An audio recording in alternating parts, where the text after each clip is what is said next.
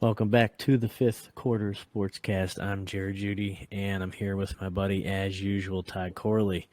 How we doing? Rule number 76, play like a champion. Just today or always? Always, no excuses. Fair enough. That's your motto. All right. Well, we just finished up week 12. We had Thanksgiving games, and there's plenty of surprises packed in there. But we'll start off. How's your Thanksgiving? Get some good football in, some relaxation. Man. You lose some money. Boy. You lose some money. Oh, God. I don't know if I lost money. I may have lost some extended family. Oh, all right. Yeah, we Wait, didn't talk about this off air.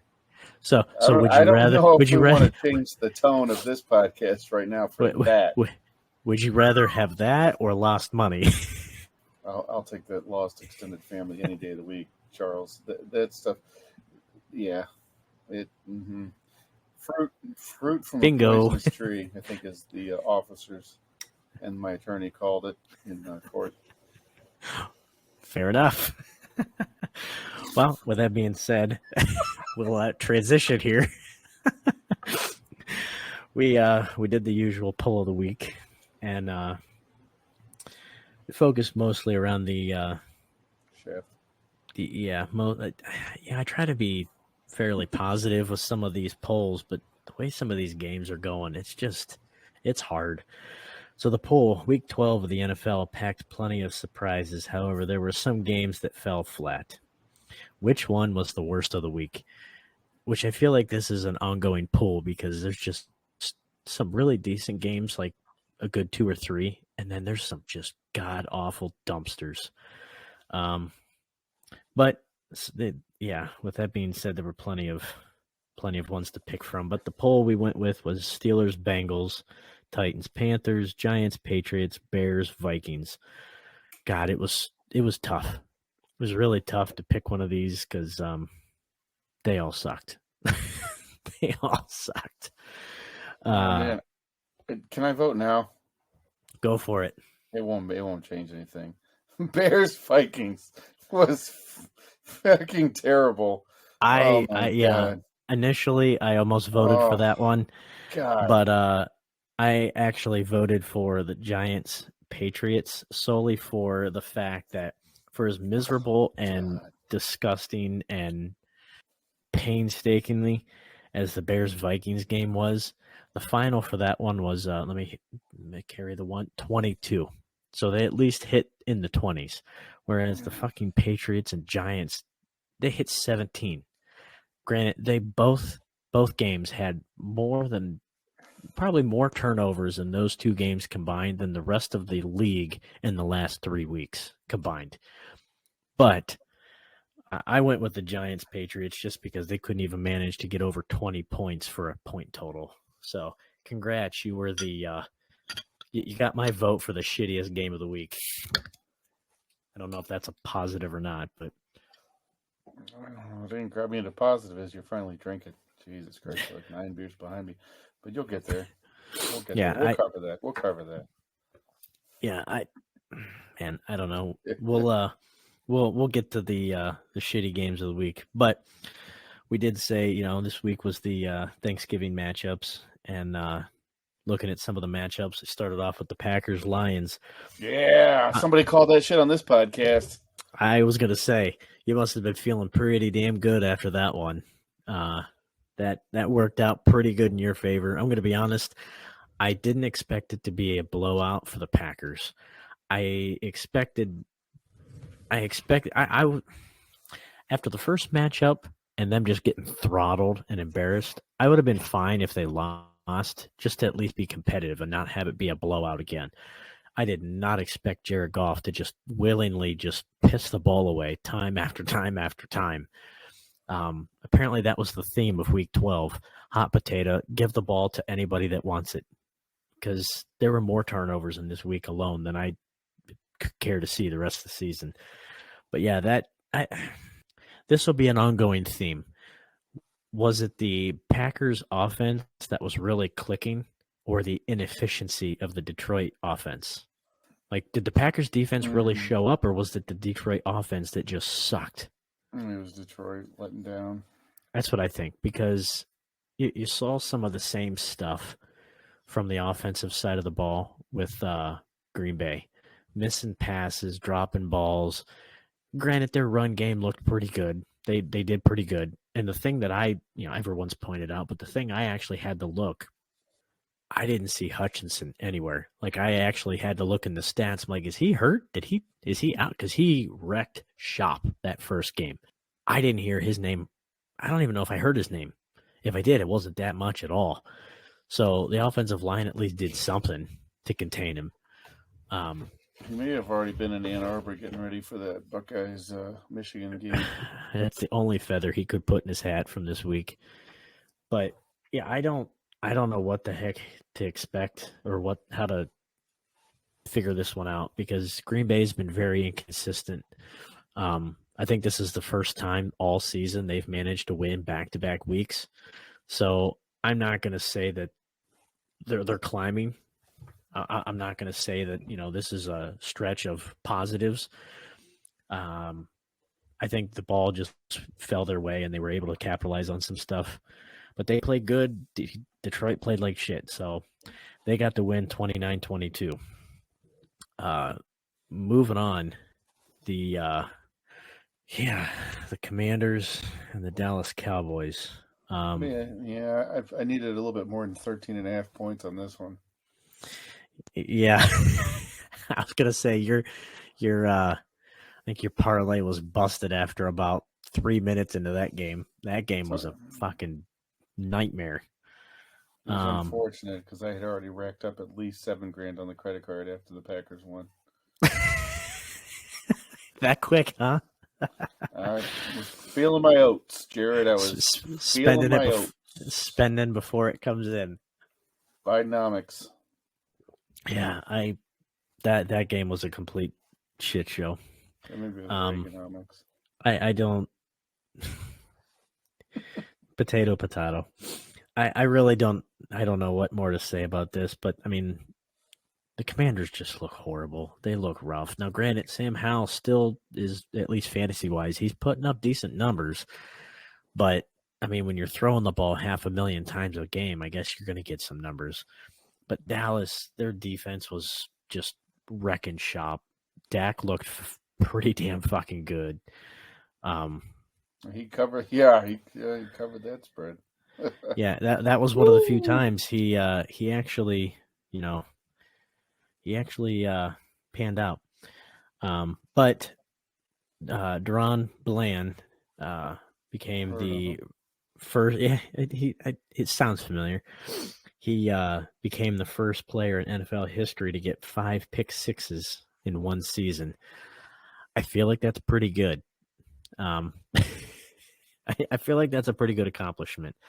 But when you got that guy just, picking off, let's be honest, Sam Howell's basically a rookie at this point. I mean, I didn't want to say. I mean, since you opened the door, we may as well walk through it. I mean, he doesn't exactly play in the fucking AFC North here. I mean, you're basically you're playing the weakest of that division. So I mean, it is what it is. I mean, I don't want to steal his shine like Tony Romo stole Jim Nance's shine. I don't want to do that to him, But I could, you know what? Deron Bland, Dallas Cowboys. You know what? Yeah, cheers to you, buddy. I'm gonna double fist you, bud. Oh, I'll put it down. I didn't realize you were doing it at the same time. That's interesting. Me neither. This is unscripted. Right. Oh, okay. Unlike the NFL, which is scripted. But I will say that wait, I'll put it this way. As much as I don't really care for Dallas, what's the old saying? You just play who's on the schedule. So they were just doing what they were doing and play the cards they were dealt. But yeah, the Commanders, not good at football. Not good. Bad week. Bad week. Yeah. But the later game, we had the 49ers and the Seahawks. That one I don't think went in your favor either. Not that it I mattered at that mean, point. at this point, it was already game, set, match. Yeah. But the 49ers, as expected, took down the Seahawks 31-13. As usual, McCaffrey had a fucking phenomenal week. I'd say a career night, but I mean that's just one of the same of many of his games. Sort of an off week for McCaffrey.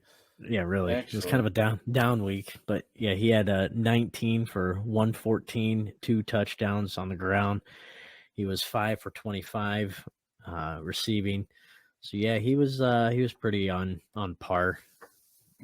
His fiance, girlfriend, whatever the hell she was, that chick who was in that Disney show with whatever, Logan Paul or the other Paul, whichever.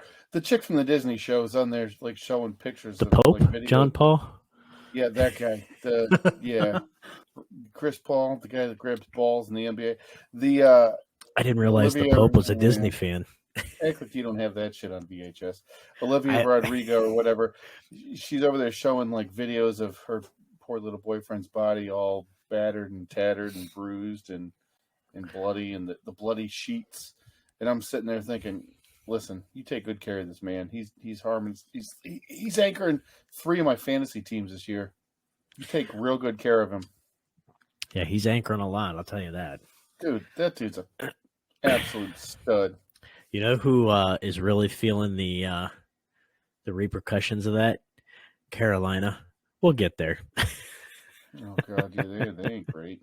Oops. But moving on to other shitty teams, the Black Friday game probably would have been better off if it was just blacked out instead. The freaking Jets are a disaster. I watched the first quarter and I was like, yeah, I'm done. I can't watch this shit. I'm done. It's horrible. One goddamn field goal. Well, hey, I mean, in their defense, he did throw a touchdown. It was a Hail Mary, just to the wrong guy. Tim Boyle throws, which I don't think I've actually ever seen, a Hail Mary pick 6. That's impressive. I feel like that's got to be a record. Not ideal, not game-winning a recipe there, but I'm surprised the score wasn't higher, to be honest. You had pretty decent receiving stats here. You had Waddle 8 of 114, Tyreek Hill 9-102 and a touchdown. Mostert 20 of 94 on the ground. Yeah, the Jets, let me look at their stats here. Tim Boyle 27, 38, 179, 1 touchdown, 2 interceptions. Oh, and he was sacked 7 times. It's hard to win a game when you're on your back. Oh, he's not good. Not good. Not good, but, help is on the way. That's what I hear. Speaking of that, supposedly, we'll see. We'll see how this pans out. But I hope he doesn't. Well, yeah, that makes 2 of us. The Jets did open up the 21-day window for Rodgers to return and come off the IR. I don't know how well or how quick he's going to get cleared to actually, he was at practice today. I don't know how soon he's actually going to be game ready, up to speed as far as health-wise. But I don't know how many more games they can afford to lose before they'd actually be in playoff talk anyway. Like, if they lose this week, maybe they're already done. They may have to lose 2 more, maybe this week and next week, and the season's a wash anyway. So at that point, your offensive line blows. Your defense is fighting, and they're furious, and they're pissed off. Your receivers are getting benched that you brought over to the Jets. They're inactive, healthy scratches. For what? What are you trying to prove? The only reason I can see him coming back is to just put another feather and another pelt on the wall saying, hey, I'm 40 years old now, and I came back the quickest from this injury. Otherwise, what do you have to play for? You're not a playoff contender. You're not a Super Bowl potential. I mean, you're going to get your ass handed to you if you come back. I mean, I don't know. We'll see. And I think because what did he sign? Was it a 2 or 3 year? Do you remember? No, God, no. I I, don't kn- I pay th- attention. Yeah. I'm pretty sure it was at least a 2-year deal. Ooh. So you would think cooler heads will prevail They got one and more say, primetime game, baby. They and they'll got one more say, primetime game against the Brownies. yeah, that might be the detriment of him if he plays that game because Myles Garrett might rip his other Achilles. Week 17.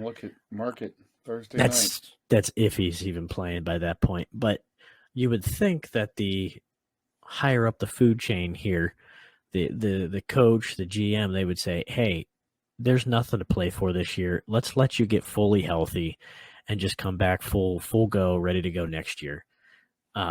Versus trying to play for no apparent reason and putting health at risk and trying to come back and injure it more. He's already like completely. I mean, anytime they're talking about conspiracy theories with people concerned that he actually didn't tear his Achilles, you've proven, dude. Don't jeopardize whatever you got left in the tank for this Jets team. Especially this year. Especially this year. You got nothing to play for this year other than to say, hey, I came back the quickest. Whoop-de-doo. Fantastic. That's not going to really add anything extra on your archive in the Hall of Fame. That's not going to be an asterisk that they're going to be like, oh, Super Bowl winner, multi-MVP winner, but he also came back the quickest from his injury. Like that, nobody cares about that. I'll be talking about it for years. While you guys are sitting there suffering through Jordan Love, I'm going to talk about Aaron Rodgers and his Achilles. I might even name my fantasy team name Aaron Rodgers Achilles next year. I'll put it this way. That'll be the only thing. That'll be probably the only thing the Jets will have to talk about. Because in fact, I'm going to have a talk. Whoever you're playing in the when you lose, when you finish dead last in the Commissioner's Cup, I'm getting in their ear, and I'm going to make them change your team name to Aaron Rodgers Achilles. You won't forget it, motherfucker. This doesn't bother me. Jared. Doesn't bother me. I'm just saying from a mere personal issue here, Green Bay has nothing to gain from this. They're not going to go to playoffs. He's not going to play 65% of the snaps.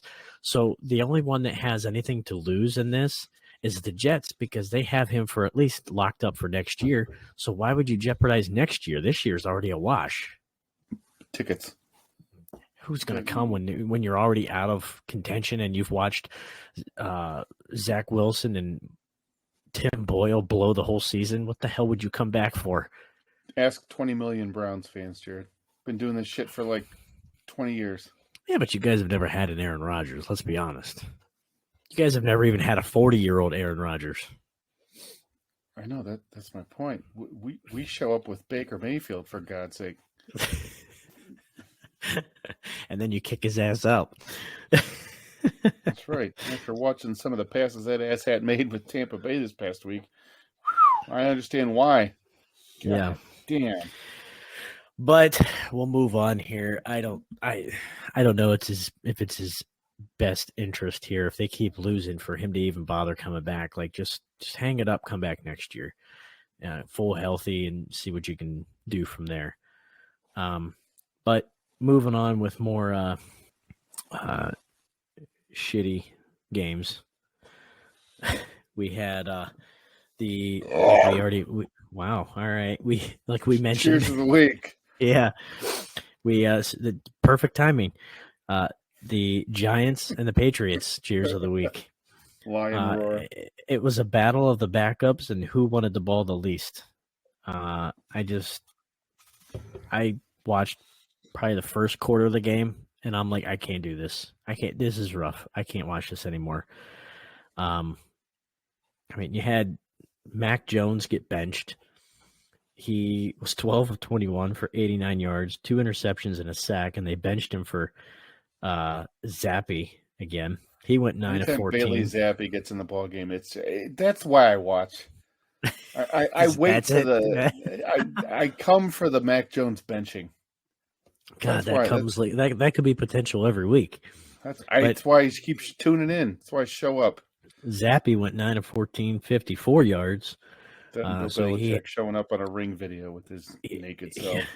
He had 2/3 about as many pass attempts with almost half of the production here.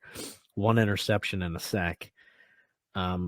Pretty medial numbers, nothing fantastic. Ramondre Stevenson, 29 of 98 yards and a touchdown. So he was probably the shining star on that dumpster. Not bad. You flip the side. Ramondre, but he almost hit a century mark. Yeah. Flipping the other side, though, the Italian stallion, DeVito, 17 of 25. 191, 1 touchdown, but he was on his back 6 times, so that's not ideal. Hyatt, he was 5 of 109, and that was about the shining star there. That was about it. There's worse ways to go out. It was rough. 3 interceptions thrown, 6 fumbles. Like, it's not ideal. It's not something that it's not an appointment viewing when you have that much ineptitude on the offense. Yeah. Like, if I never have to watch them again this season, it'll be too soon. Well, that's why I was like torn between the Bears, Vikings, and we'll get to that, or the Patriots, Giants. Both sucked. The only difference was Patriots, Giants had some shitty weather. Other than that, it was almost the exact identical game, like tit for tat, like identical. It was painful. Yeah, I don't know. It was disgusting. I'm getting tired of watching these, for lack of a better word, abortions. They're horrible. There's just be done with them. But going on to some of the other games around the league here, we got Jacksonville and Houston. Jacksonville edges out Texans 24-21. They get the win. Steelers, Bengals. That was a disaster. TJ Watt had a nice game again, as usual. But Browning's not having a great day. Steelers get the win 16-10 over the Bengals. Titans get the win over the dumpster Panthers 17-10. Yeah, nothing really going well in Carolina, to say the least. Not that it's not to bring knife to a gunfight here, but breaking news, I'm sure everyone's kind of heard around the league by now. Frank Reich basically had said, for lack of a better word, he had no desire to coach there anymore, had no desire to come back anymore. So the owner, Tepper, did him a solid and said, okay, you're relieved, you're getting fired, but I'll pay you the remainder of your contract, but you're done. They can him after dropping to 1-10. Chris Tabor, the special teams coach, becomes the interim head coach and basically cleans house. Fired anybody who used to play on Sundays. They got rid of all of them. Josh McCown, Deuce Staley. Yeah, see ya. Yeah, which, I mean, I don't know. At this point in the season, we're going into week 13, so what the hell's the point? I mean, you might as well just let them hang out and collect a paycheck, because it's not like it's coming from you anyway. It's coming from the owner. But it's like, what do you really I'll put it this way. Is there a potential that the special teams coach is actually going to get the head coaching job? Because otherwise, if he's not, then why would you fire the staff? Who cares? Like, you're only calling the shot for 4 or 5 more weeks anyway, and then you're going to be sitting on the couches the same as everybody else, because there's a good chance you ain't coming back either. I don't know. What I feel bad for is Bryce Young. He's got the shittiest team outside of Adam Thielen, and that's it. You got a veteran receiver, and that's it. You got nothing else. Your coaching staff stinks. Your owner stinks. Your team stinks. Good luck developing. I mean, Bryce Young has about $38 million more than I do, so I don't feel too sorry for him. I am taller than him by like 18 inches, but around. Around. Thank you, Jared. That's nice. Cheers. Yeah, I granted, yeah, the money. Okay, he's got a big He's got the pocketbook fame. there, but This is what happens when is it worth getting your part of the ass gig, buddy. planted? Is it worth getting your ass planted? How many times a week for 17 weeks? I mean, is it worth it? I don't know. Comes with the territory. This is what happens. It's true. This is It's true. This is It's exactly what happens when you're the top pick. What do you want? what What do you expect? How do you think they got the top pick? For being good? Do you think? Okay, let me seeing how everything's panning out and keeping in mind the coaching staff and the talent he had surrounding him. Who do you think made out better here?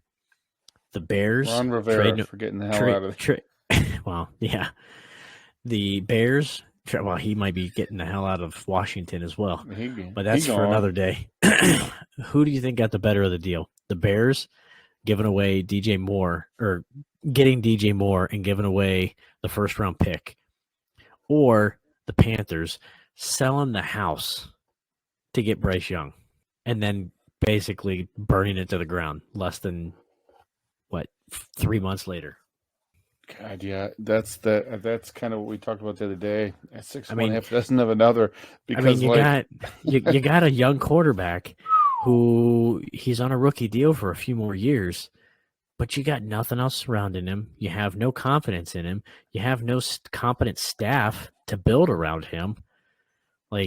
Yeah, you got the first round pick, but you're kind of wasting it. But then in Chicago, you got DJ Moore, who you have a run first quarterback because the offensive line blows and he can't get the ball down the field. And if he does, he leads them right into traffic where he gets the guy's head taken off. So I don't know. I'm inclined to say that the Bears got the better of the deal because I feel like they have a slightly better roster. Not by much. I'm curious if Ben Johnson's going to end up taking that job next year. I wouldn't. Would you? I mean, obviously the money, but when you look at Tepper's, I wouldn't. No, well, I was going to say the money is decent. But I mean, I would personally, because I'm rolling with like 73 cents in my bank account. So I mean, if they want to hire me, I mean, I'm here's available. The thing: when you look at Tepper's track record, yeah, you're going to get paid, but you're probably going to be gone if you don't go 500 or better the very next year.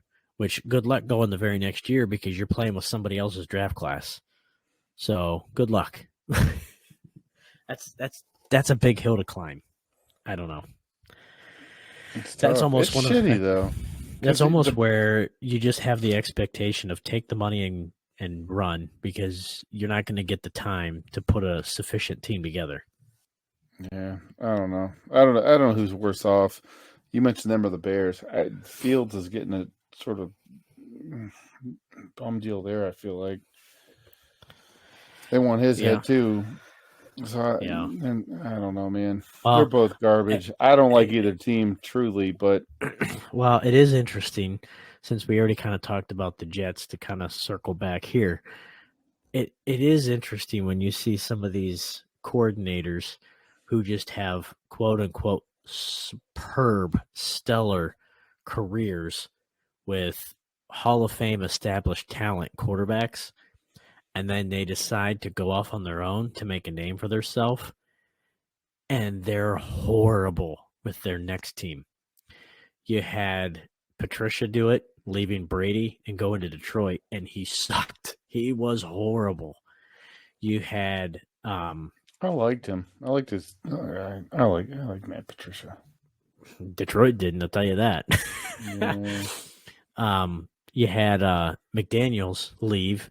And then sort of pseudo kind of not really take the Indianapolis job, take the Denver job, ran that thing into the ground, and then turn around and take the Oakland/Vegas job and run that into the ground. But to flip the script, kind of switch sides here, you had Luke Getsy leave Green Bay where he was playing with Aaron Rodgers and go to the Bears. His play calling I don't know if it's his play calling or if it's the skill set of Fields, but it ain't working. It looks horrible over there. To pair that up, you got Nathaniel Hackett, who was bells and whistles in Green Bay with Rodgers. He leaves, goes to Denver, gets buried by Sean Payton, makes Russ look horrible. That Denver offense looked atrocious, looked disgusting. They're pretty Leaves bad. town, Were. leaves town, goes to New York. Now he's with the Jets. Rodgers takes 4 snaps. Now he's dealing with. He couldn't do it with Russell Wilson. Now he's got Zach Wilson. He looks even worse. So it is amazing when you got these guys that leave Hall of Fame talent, and it's kind of like, is it the chicken or the egg? Well, is it the play calling or is it the player? A lot of times Denver looks good again. Exactly. With the same exact player. So it almost kind of seems like it's the play caller at times, not necessarily the talent. Speaking of Josh McDaniels, did you see, you mentioned him, that's why I'm bringing it up. Did you see, I was reading an article about Josh McDaniels and why he got rid of Peyton Hillis, traded him to the Browns? No, I didn't see it. He feared it. He was afraid because his wife had the hots for Peyton Hillis. So he fucking traded him to the Browns. I mean, that seems like a good reasoning, I guess. Cost me about $350 in this country, the Madden cover. So cheers to you, Mrs. McDaniels, wherever the you are right now. My encore cheers of the week. Hey, at least Cleveland had a good run with him for the limited time. Great white rhino. That dude was a bad dude, man. I like me some Peyton Hillis. Was. I mean, not as much as Mrs. McDaniels, because I never wanted to give him a tuggy under the table. At the, team luncheon. I didn't say I wouldn't. I never really, it never crossed my mind until you asked me about it. And you put a gun to my head, and all of a sudden now he's looking real fucking attractive. You never got the opportunity? You guys never crossed paths yet? No, we haven't been so fortunate. Yeah. But if I do wear that number 40 frequently. Well, if you're listening, just saying the offer's there. I can't swim either, Peyton. I might need you to help me out. I might jump in a large body of water. Oh boy. All right. Wow. If you guys both jump in the bottle of water together, you guys are both up a river without a paddle. But anyway, I don't even know how to transition out of that one. But let's go. Let's go to. We got the Saints and the Falcons. Falcons get the win over the Saints, 24-15. Kind of shocked. I mean, the Falcons, if I'm not mistaken here, let me look. The Falcons are leading the division currently, but they're evenly tied, but record-wise, but they do hold a tiebreaker over the Saints. I didn't think that they were that even, to be honest.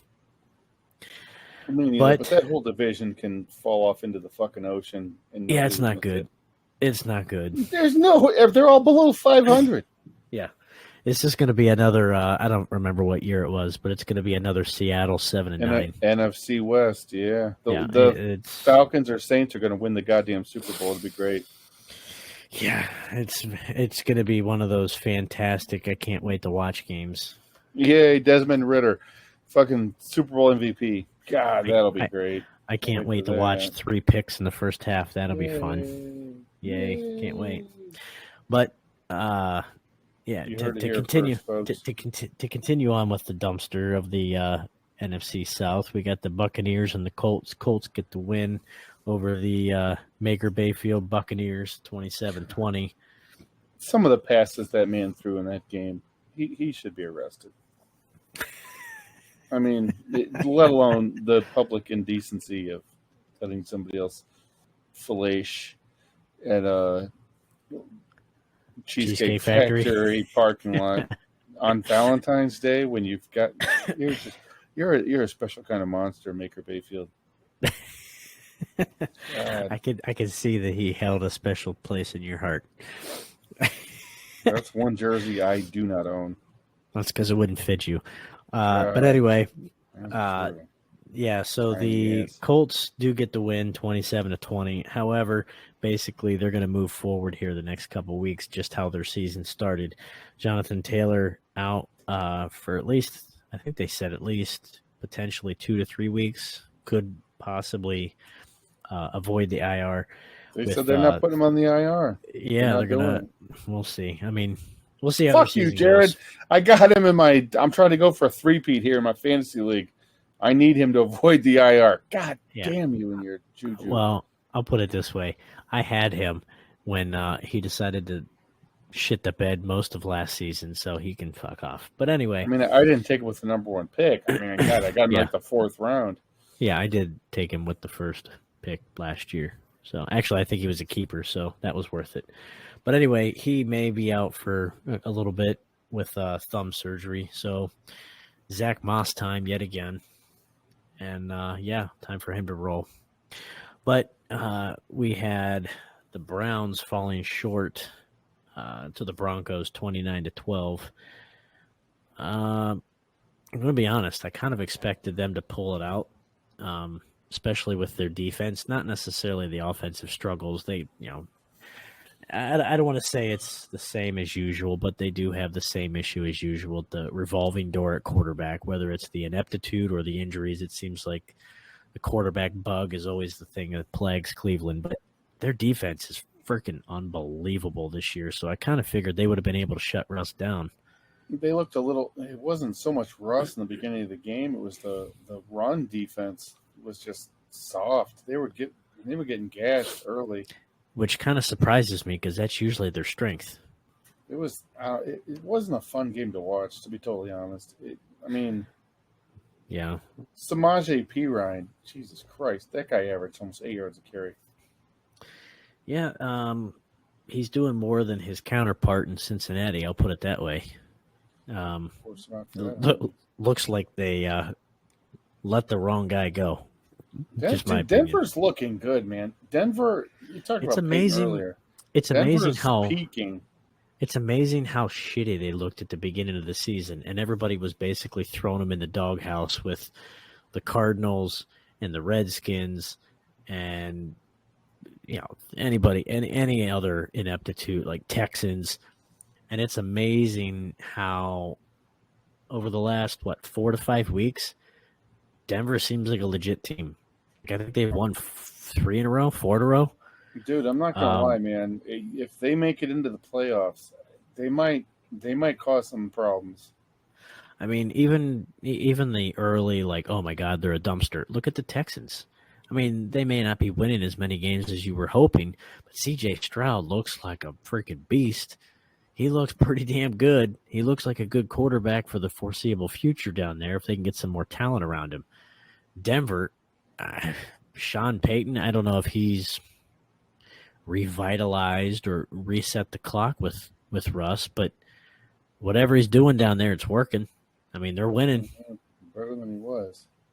I mean, it's a far cry from where they were at on all the primetime freaking debacle disaster games and, doing calisthenics in the aisle and on the plane rides. But I'll put it this way. They're at least being competitive when they do lose, but they've put together a decent couple game stretch here. I don't know. I let's be honest. They got to go through the Chiefs, so it's going to be a tough outing for them anyway in that division. But they could be. I don't know, man. Chiefs aren't. They're not all that they're used to be, but it seems like I still think when they get into postseason play, they're going to do what they do. But I don't know. I feel like the Broncos, if they slide into that wild card spot, they could do some damage, especially with Sean Payton there, having the postseason experience. I don't know. That's what I'm saying. Watch out. We could have a Saints Broncos Super Bowl. That would be interesting. I might even bet a token bit peso point on it right now if that's an option. No, I think it's safe to say I wouldn't go with the Saints. But just talking about dumpsters here. We'll move on to the next one. We got the Rams and the Cardinals, 37-14. Rams get the win. I don't know what to think of the Rams. They looked pretty rough, and they've kind of put together a couple game stretch too. So, I mean, obviously it helps Kyron when Williams had a huge game. I was gonna say it helps when your running game is pretty, efficient, and it helps when your quarterback is pretty healthy. So that helps. But I don't know. Of course, that being said, this week against the Browns, Kyron Williams will probably be a healthy scratch, and Royce Freeman will be the goddamn lead back. I don't know. McVay's a different cat, dude. He loves the committee shit. He loves the complete 180. Who the hell's playing this week? Shit. It is. It's a complete 360. This. That's the problem. Your fucking ears don't work. And the 2 ears on each side of your head and the shit in between. You are all fucked up. This shit's been going on ever since Cam Akers and Darrell Henderson. Like, it was just for Darrell Henderson again. Could never figure it out. But we move on here to probably the highlight game, Bills and Eagles. That was a fun one. It was interesting. It was definitely interesting. Yeah, the ending fucking didn't make any sense, but yeah, it was kind of odd. That one. Yeah. Shit. Yeah. How the hell you gonna? Oh my god!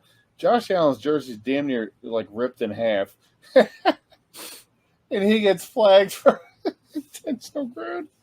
Jesus Christ. I mean, that's kind of been the. We gotta have them. We gotta have them Eagles in that fucking Super Bowl. Well, that's kind of been that's kind of been the calling card for the last, for all season, to be honest. But I feel like at least for the last, I don't know, 4 or 5 weeks, the officiating is just horrendous, and it's definitely a head scratcher when you see some of these flags. You're like, I don't know what they saw because I didn't see it, but Philly did fall behind 17-7. They come back and tie it up with a field goal to force OT, and then all hell breaks loose. Everything falls apart, and they go right down the field. Jalen Hurts basically goes untouched and scores the game-winning touchdown.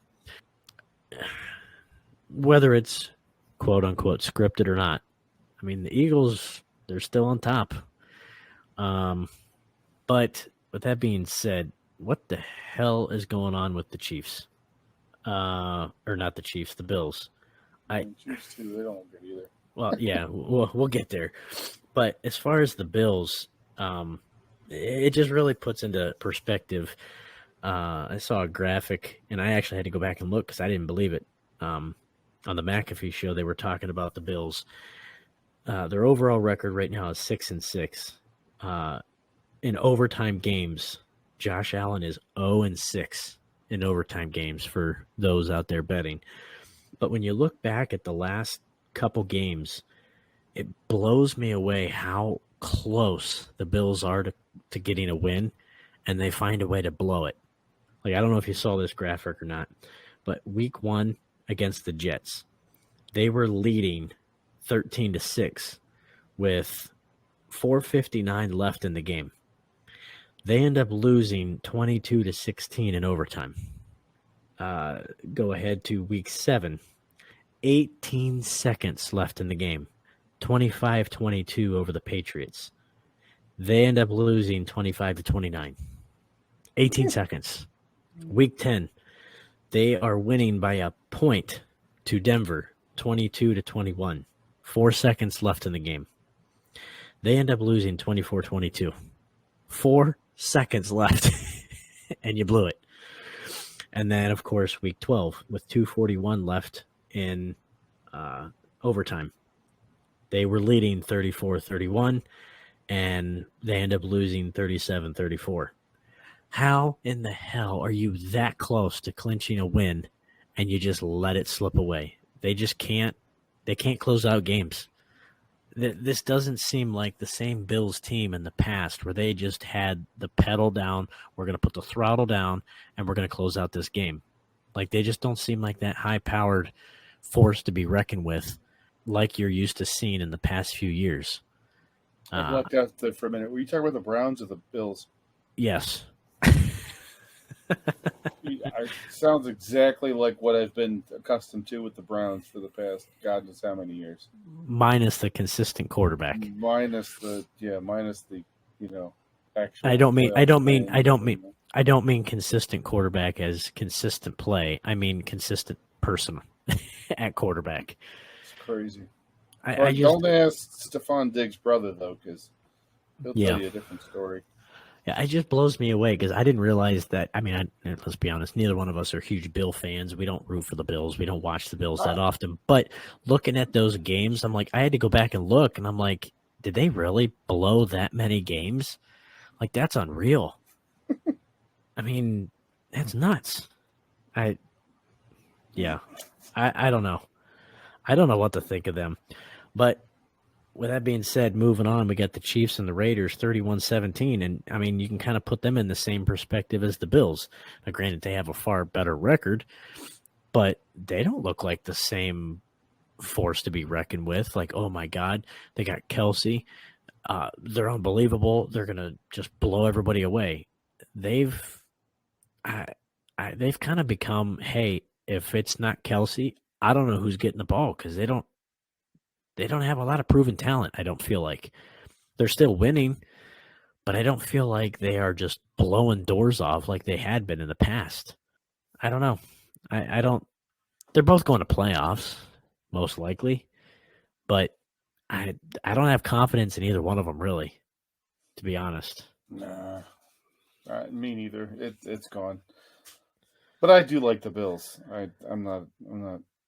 I'm not against them. I just don't really pay attention to them much. I'm just not a huge AFC fan, AFC East specifically fan. Like I just don't really follow them that much. I mean, obviously we track them and keep track of them, for sports interest, but it's not something I follow on a regular basis. It's not my team, but man, with the talent they have, especially on that defense, you think they'd be more dominant. I don't know what the hell happened. I don't know. It'll be interesting to see how this AFC playoffs, the rankings, how this plays out over the next, few weeks here. But talking about some dominating teams, we got the Ravens taking the Chargers down for yet another loss. Ravens get the win 20-10. Lamar Jackson becomes the quickest QB in NFL history to reach 5,000 rushing yards. Who did he pass? Do you know? Was it Vic? Trent Richardson. Wait, what? The fastest QB to reach 5,000 career rushing yards. Who did he pass? I don't know. I'm guessing Vic, but gotta be Vic, right? That's what I would think. Because I don't know too many other run-happy first, QBs. I would have to imagine Vic. But, yeah, I mean, looking at that division, my God, Cincinnati's a dumpster. Like, they are they're a complete implosion. Mike Vick, Cam Newton, Russ Wilson, and Lamar Jackson. Yeah, that's it. That's Cam the Newton. list. Cam Newton in his prime. But, yeah, looking at that division, and we can kind of get into the weeds here a little bit more here in a little bit. But, I mean, obviously the Ravens are leading that division. Steelers are hanging on to second by a thread. And then you got the Browns not too far behind. But, holy crap, the Bengals they're almost right back where they were before Joe Burrow got there. Like, they are a dumpster. It ain't great. They're not good. Not at all. But we will end here. Speaking of dumpsters, as we mentioned earlier, we got the Bears and the Vikings in a shootout, 12-10. It's amazing. We were talking offline here. The opening over-under was, what was it, 43.5? They came a little shy of that. At the pace they were running, I was joking that the over-under for the game might be 12.5. Like, They went into halftime. What was it, 3-3 or 6-3 or something like that? Yeah, 6-6. Oh yeah, and Dobbs basically had like a 50-some yard bomb. I think it was to Hawkinson or something right before half. Otherwise, they would have went into halftime with 24 yards of total offense with like 2 minutes left in the half. Like, That was a terrible game. how does a professional NFL team have 24 yards of total offense in a half? Like, I don't get it. Unless you're playing the Cleveland Browns, Jared, there's a lot to try to figure out with that one. Well, and the thing that just blows me away here, you look at some of the quick stats. I mean, I've seen, obviously we were both watching the game. I've seen some of the craziest interceptions from Dobbs in that game. Like, one of them bounced off of like 2 or 3 guys and they caught it. But I'm going to say the one off Jordan Addison. I don't know about the other ones, but like Jordan Addison, the one that hit him square in the fucking hands and went up in the air that was picked. That one's on him. That ain't on Dobbs. No. It all went downhill after that. But yeah, but some of these I saw and I was like, "Are you kidding me?" It was almost kind of like a "What the hell did I just see?" But then on the flip side, you have Fields. He didn't throw any interceptions, but I think it was. I know he had 2. Was it Johnson or Herbert? One of them had a fumble. So they had 3 fumbles. Rashawn Johnson had one, yeah. Yeah, so they had 3 fumbles, no interceptions. Dobbs had... Technically, Rashawn Johnson had one as a rusher and one as a receiver. So Rashawn Johnson actually had 2. So they had 4? Well, Rashawn Johnson had 2 of them. Well, so then did they have 4? Because the stat shows 3, but I could have swore, I know for a fact Fields had 2, because they were like almost back-to-back series at the end of the game. Fields had 2. Yeah, it's showing that they had 3, which doesn't make sense then. Oh, well, he fumbled. He didn't lose it. Well, no, he didn't lose it, but he did fumble it. He coughed it up. Well, either way. But Fields lost 2 of them. Yes, it was towards the end of the game, too. Both those are credited to Fields. Either way, they had they had so many turnovers, and it was like, I don't want the ball, you take it. No, I don't want it, you take it. It was just, it's almost like they say whoever wins the turnover battle is going to win the game, and that had absolutely no application in this game because they both sucked. They couldn't hang on to the ball if their life depended on it, and it wasn't even a wet game. The weather was fine. So was this just a tough defensive battle, a typical division battle, or was this just a complete implosion on both offenses? Because I'm kind of inclined to think that, yeah, the defense played a part in it, but just seeing the turnovers, the offenses were horrible, and they're so inept. I mean, my God, you look at just on the Minnesota side, 6 turnovers. 6. Like, it's hard to unreal. Unreal. And the fact is, they still almost won the game. With, like, just seconds to go, they still were almost winning. Like, that's unreal. That's unreal. It's just, man, I don't know. Putting teams like this on prime time is a struggle to watch. Like, it's just not good. But with that being said, Bears did make history, as bad as that is. They did become the first team since the NFL-AFL merger in 1970 to win a game on the road, despite losing 2 fumbles, being penalized for 75-plus yards, scoring 0 touchdowns. Previously, teams in those situations were 0-46 when they had that trifecta of ineptitude. Like, that's a staggering stat. But yeah, I don't know. I did think it was funny. The first 3 plays for Chicago, penalty, incomplete punt. It's like, oh boy, that's going to set the pace for this game then, I can see. But it's straight miserable. But I did see, kind of change gears here. I don't know how much truth it is to it.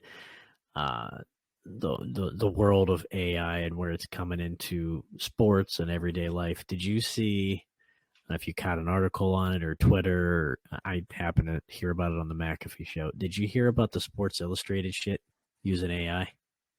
No. So apparently, I mean, obviously, back in our day, Sports Illustrated was the deal. Like that was the thing. Every month, you couldn't wait for it to come. It was, the magazine to have. It was the articles that were you just couldn't wait. Sportsman of the Year, that was the thing. Print is dead. Yeah, I was going to say, I feel like for a while now, it's been a digital only. They've gotten rid of the magazine.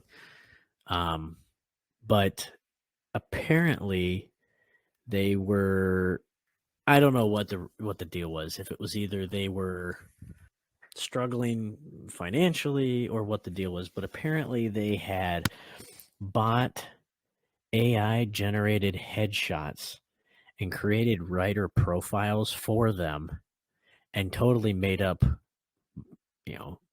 backstories for them. And basically, we're using these AI generated content, allegedly, apparently, to put out content and articles. And what's that? Did it work? Well, apparently, it was kind of like, let's see if we can get away with it. And then somebody called them on their stuff. And of course, SI was like, oh, no, no, no. We partnered with a company who was supposed to help us get our, basically seeing what the audience, taking a census of the audience and what their target interests were. And they went ahead and did this on their own. So we parted ways. So basically, it almost seems like SI is trying to refute the story and be like, oh, no, no, no. They did that on their own. We didn't endorse that. We didn't know that was happening. So it's like they're almost like now retreating and tail between your legs type of thing. But it's like, is that what we're doing now? Like, we're just using AI generated shit because we either can't afford the personnel or we don't know what to do or we can't keep up with it. So we're just like, just let them do it. Like, oh my God, what is this coming to now? God damn, I don't know, but I likes me some fan fiction. I used to be a big fan of In Sync fan fiction. So if we could get some Sports Illustrated AI generated fan fiction, shit, I might have to subscribe somehow. Well, Take my money. Well, and the thing is, it doesn't work out great when you look at everyone saying that the NFL is stricted in this and that and this and that. And it doesn't really help when you got AI generated shit, which is supposed in the back in the day, it used to be the mecca of sports. I don't know. I just thought it was interesting with all the AI shit going around. Like that was kind of interesting. There's only one AI in my heart, Jared. Practice. Number 3 Practice. for the Philadelphia 76ers. Oh, yeah. Georgetown Hoyas, baby. Allen Iverson. Pour some out for the homies. Practice. Talking about practice? Oh, all right. Well, let's switch gears here and look at some of the polls and. Yeah, let's flush this one. Yeah. So, nice sound effect. So we had our typical Monday night player poll, and some of these were kind of repeats. I feel like we had our favorite all-time Minnesota player: Peterson, Randy Moss, Jared Allen, John Randall. Randy Moss 75%, AP 25%, which I feel like maybe it would have been in their best interest to let AP down there on the field, maybe let him suit up. Could have never taken a rep in years, and he still would have been the best guy on the field. But Randy Moss won that poll. Moving on to the Bears, Walter Payton, Jim McMahon, Singletary, or Urlacher. Payton 17%, McMahon 33%, and Urlacher 50%. Not really surprising, I guess. I kind of figured that Singletary would have at least got a vote, but yeah. Favorite all-time crossover player. I'm kind of surprised at this one, to be honest. Jared Allen, Jim McMahon, Cordell Patterson, Paul Edinger. I'm going to be honest. I didn't even remember McMahon playing with the Vikings. I know he played with the Bears, and I know he played with the Packers because he notoriously won the Super Bowl with the Packers. And when he went to the White House, he was wearing a Bears jersey. But I don't even remember him playing for the Vikings. When did he play for the Vikings? That had to have been after the Packers. All heroes wear capes. Oh man, what years were there? It was sort of brief. I was going to say, he didn't have that much of an impact. But with that poll, Jared Allen won 75%, McMahon 25%. Jared Allen might actually make it to the Hall of Fame. I don't know. I don't know how he doesn't, to be honest. He was pretty good. Yeah, he was all right.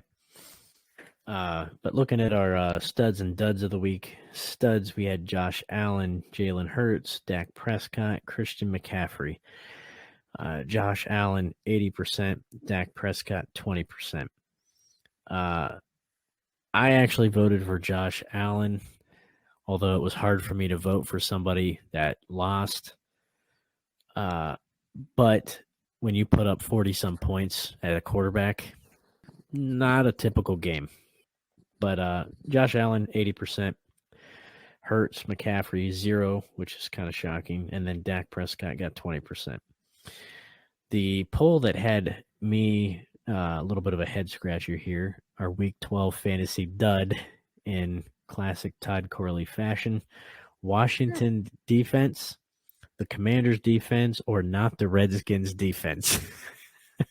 Mm-hmm. Washington, surprisingly, 100% of the vote. I don't feel like the deck was stacked. Mm-hmm. And rightfully so.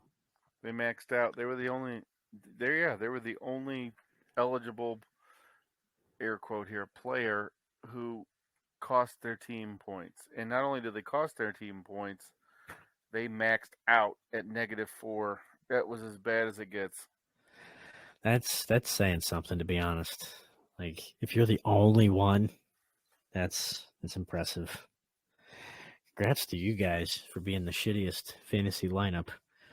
About to do another cheers. It's a little late in the show for another one, but I don't know. I'd never stopped at 7 before. Why now?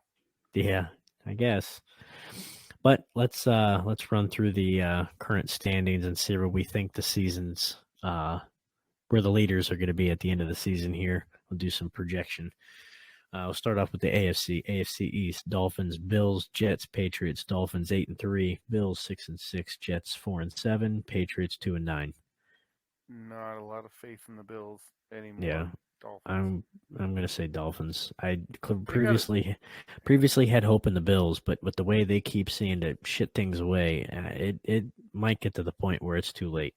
And the Dolphins have been without Achane for a while. Many weeks. He's fresh. He's got fresh legs. It may have been best that he was out for a little bit. He's gonna come back and carry them to the damn. Well, and it's almost like they didn't need him. They were still flying high without him. So that's just extra. It's almost like the 49ers were just an embarrassment of riches at depth. But we got the AFC North: Ravens, Steelers, Browns, Bengals. We kind of touched on this already. Ravens 9-3, Steelers 7-4, Browns 7-4, Bengals 5-6. I mean, at this point, I'm going with Ravens just because the Steelers, I just think, are just. I mean, they aren't what their record looks like, in my opinion. They're lucking into some of those games. They did finally shed that Matt Canada guy, but they're not going anywhere. I feel like it's their defense that's keeping them above 500 because it damn well isn't their offense. I know that's right. I would love to see the Browns make a run at it, even if it's a wild card, but we'll see what Flacco has. Yeah. Speaking of that, they could do it, man. Defense wins championships, and I like the Browns' defense over Baltimore. Speaking of that, oh man, they don't. They already played the Ravens twice. Damn it. I wanted to see the matchup of Flacco in the Browns uniform against the Ravens. Yeah, the world's not ready for that one yet. Either of the Browns. Time would I don't know. We'll see.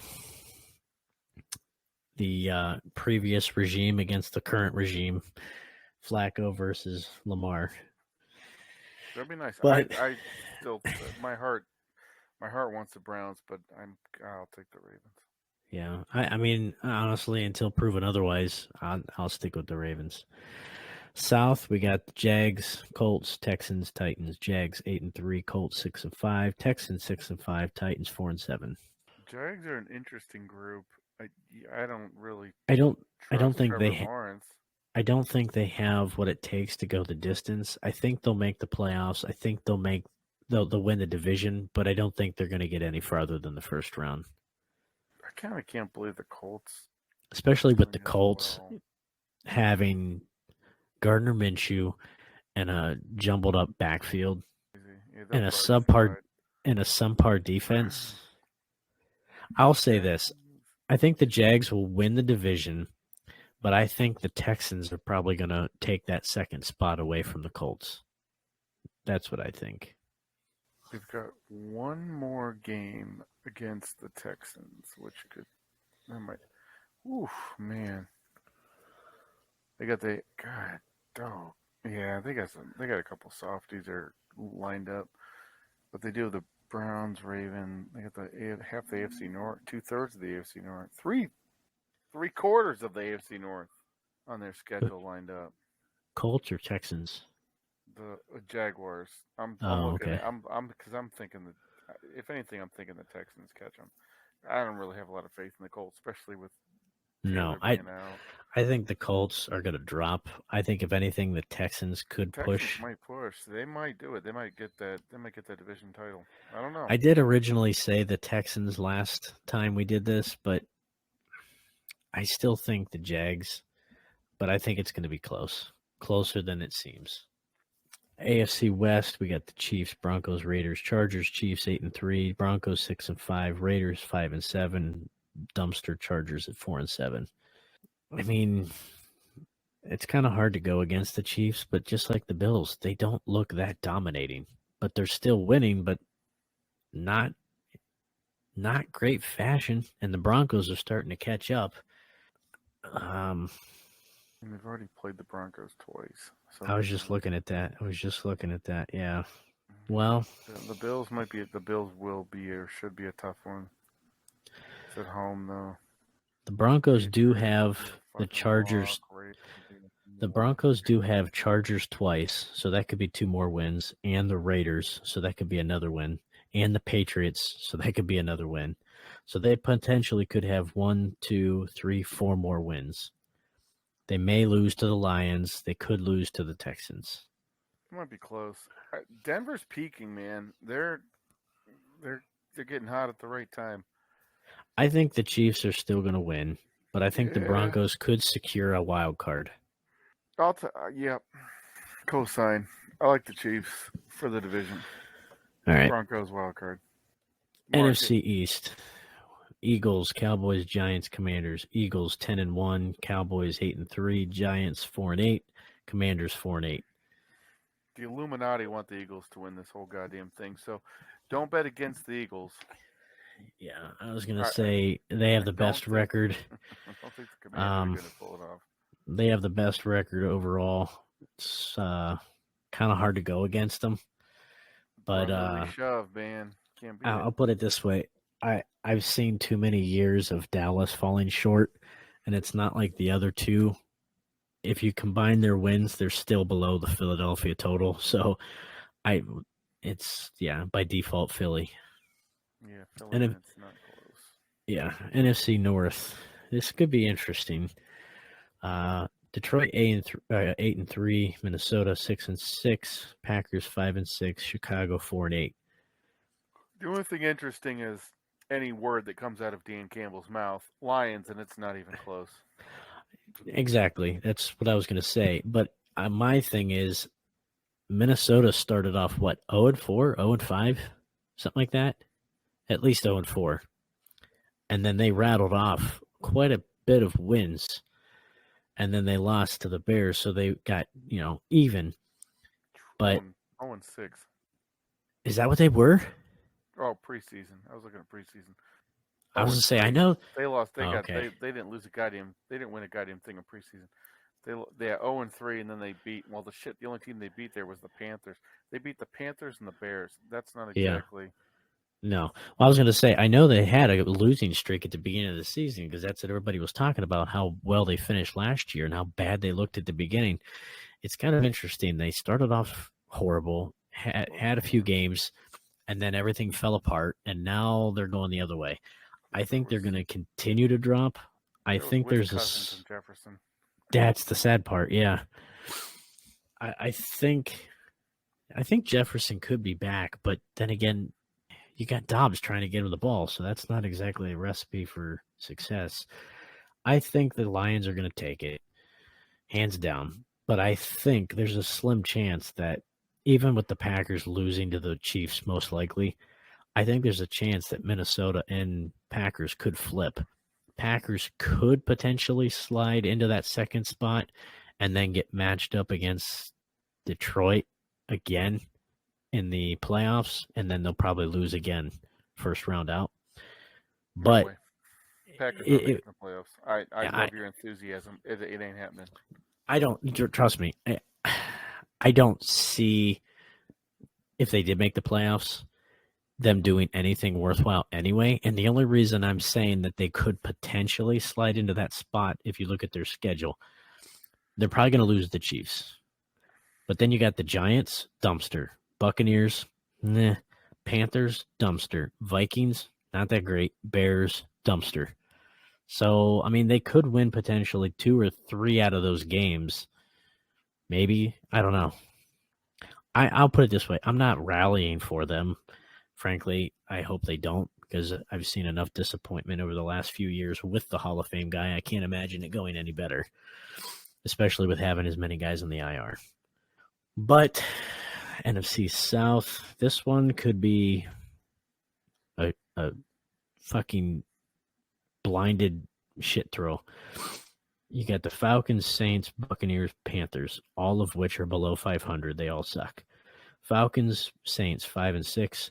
Falcons have the tiebreaker, though, because they did win this past week. Do they play them? They play them again week 18. Last game of the season. So that'll be interesting if they split and where they sit at the end of the season, because that could determine playoff spot. But then again, I mean, you also got the Buccaneers at 4-7. So I mean, who knows? I know. Unless they got a different quarterback, they ain't going anywhere. So why do you say Saints? Because of the defense? Saints have I think the better actual team game plan. They actually, if they want to, they could run the ball. They got Taysom Hill, Alvin Kamara. But I don't trust Derek Carr, though. At home in the dome for that week 18 matchup against the Falcons. I don't trust Derek Carr, but then again, I don't know that I trust Desmond Ridder either. That's right. It's almost a push. They can't. The Falcons can't throw the goddamn ball, and whatever. But they won't let Robinson run it either. Yeah, and which is sort of a problem when the object of the game is to score more points than your opponent. Typically, but don't tell that to Chicago and Minnesota, though. That's right. They don't know shit either. I'll say the Saints just because I feel like both offenses are pretty fairly even, but I think the Saints have a better defense. So I'll say the Saints as well. Flip into the last one here, NFC West, Niners, Seahawks, Rams, Cardinals. 49ers 8-3, Seahawks 6-5, Rams 5-6, Cardinals 2-10. I think it's 49ers running away with it, not even close. I told you last year the 49ers are going to win in 2023, so we may as well stick with my prediction. Do you think the Seahawks slide into a wild card at 6-5? 1, 2, 3, 4. Because they got to play Dallas. They got to play Dallas this week, so that could be a loss. Yes. They play 49ers next week. That could be a loss. They play Philadelphia the following week. That could be a loss. And then they play Tennessee. Could be a win. They play Steelers. Could be a win. So they really only have 2 potential wins. Easily games in my book. The last 5 weeks. I think the Seahawks make it. Let me look here. Because I bet you they beat the Niners. Well, I was going to say the Rams may flip and leapfrog them, but the Rams have not a great schedule either. They may actually beat the Eagles. They have the Browns, Ravens, Commanders, Saints, Giants, 49ers. So potentially Browns lose, Ravens lose, Commanders possibly win, Saints, I don't know. That could be a toss-up. I could see them beating the Saints, though.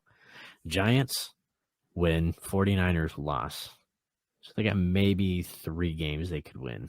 I'll say this, 49ers outright. I think Seahawks get leapfrogged. I think the Rams get the wild card. Seahawks flying any weather. Might fly, but they might not do a lot of winning.